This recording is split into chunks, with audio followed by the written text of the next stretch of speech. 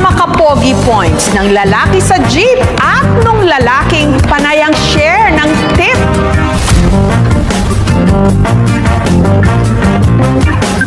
He's got the looks at hottie sa TikTok.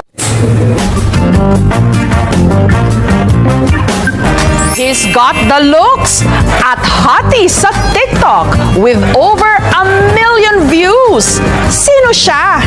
Baby, baby, baby. Mapapakruise ka raw sa dating ng trending ngayon na lalaking ito. Malaanghel ang mukha, artistahin. Hindi mga larawang yumanig sa social media noong lamang nakaraang taon. Stolen shots na literal dahil ninakaw daw ang puso ng sambayanan. Gwapo kasi at napakaamo ng mukha.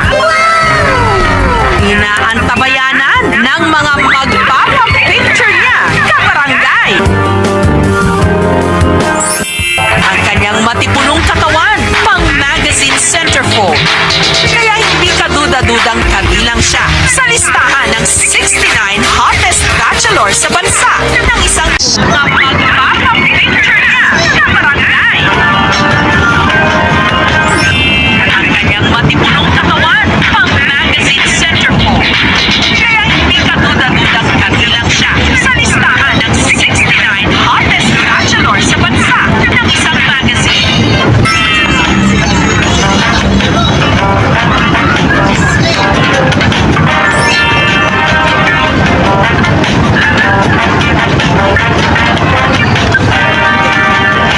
Noon pa man, piling-pili na kung kanino natin ipinapakita kung sino talaga tayo. Pare-parehong umaasa na sa pagtakgal ng ating mga maskara ay isang taong tatanggap sa atin ng buong mundo.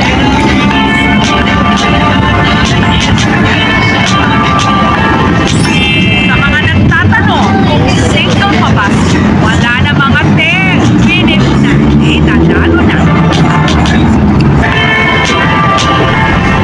Nanalo na.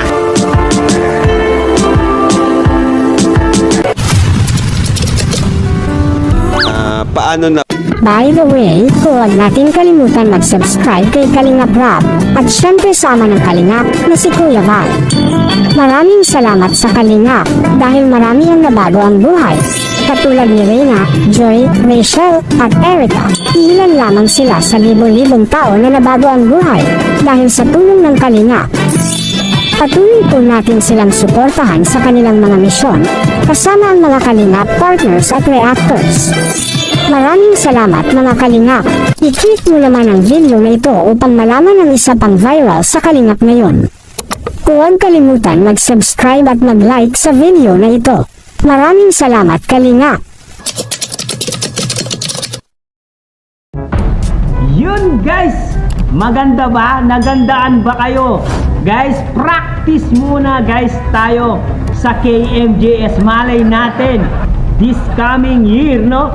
Mag-KMJS na po yung dalawa, kapuso mo, Jessica Soa. I wish sana matupad po yun para yung mga supporters lalo po silang ganaan na mag-marathon at manood sa Tambalang Mikoy at Krista. Pero pwede naman talaga silang mag-KMJS kasi nga guys, no, sa istorya ng buhay nila hanggang sa nagkakilala sila, hanggang sa nagkaroon sila ng tambalan, hanggang sa nagkaroon sila ng chemistry, samahan.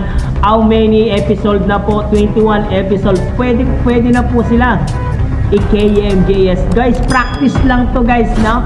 Wag po sana natin ganong seryosoin, ay gawa-gawa ko lang po for entertainment purposes only guys. Pero nakita nyo naman, napakaganda, napakalupit po ng pagka-editing, pagkagawa ng video. Sana nagustuhan nyo guys, no?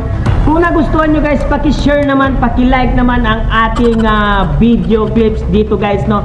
Maraming salamat sa pagsuporta sa Tambalang Mikoy at Krista. Lagi kayong nandyan, nanonood at laging nakasuporta sa Tambalang My Chris.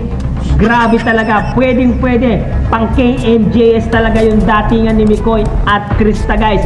Maraming salamat guys. Siyempre guys, no, hanggang dito na lang muna ang ating reaction video for today's mga kalingap. Siyempre, kung bago ka pa lamang sa ating YouTube channel, huwag kalimutan mag-like, mag-share, mag-subscribe.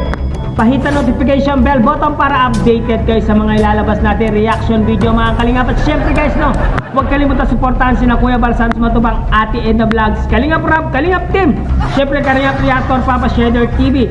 Isama na rin natin Kalingap Mikoy guys. Hanggang dito na lang, maraming salamat guys. Grabe, KMJS na to guys. Soon, let's go!